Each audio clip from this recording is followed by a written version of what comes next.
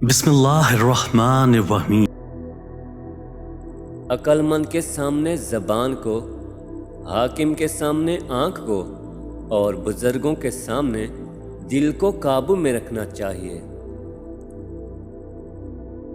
जिस तरह पस्त गधे पर हर कोई चढ़ जाता है, इसी तरह नालायक नरम मिजाज शख्स पर सब हुकूमत करते हैं।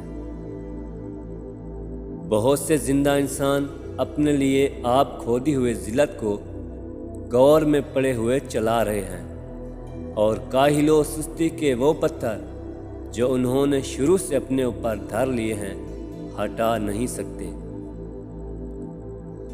जिस तरह शहद की मक्खी फूल को कायम रखकर उसमें से सिर्फ शहद ले लिया करती है, हुक्मरानों को लाजिम है कि रियाया की हैसियत को कायम रखकर उनसे महासिल वसूल करें।